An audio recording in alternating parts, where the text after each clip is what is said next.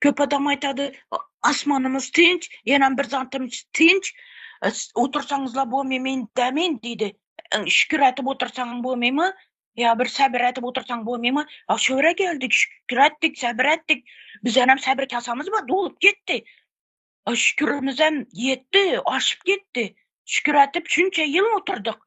Yine bize misal üçün Türkiye'ye gelmemize 8 yıl oldu. 8 yıldan beri şükür etip yaşadık.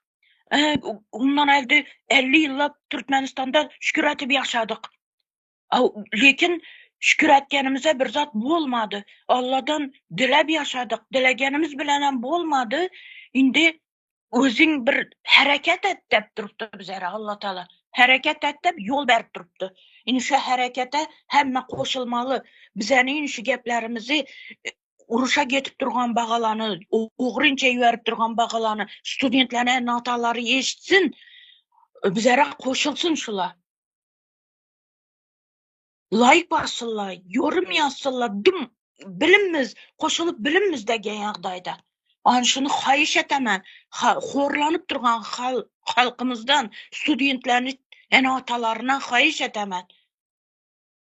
Yüzleninle bizlere yüzlengenini sebebi bulanam. Yurtumuzda olanı dinleyecek ne yok, arkadağı yok. Şimdi o arkadağı degeniniz pıtrat gitti. Daş axır o, dağ degen.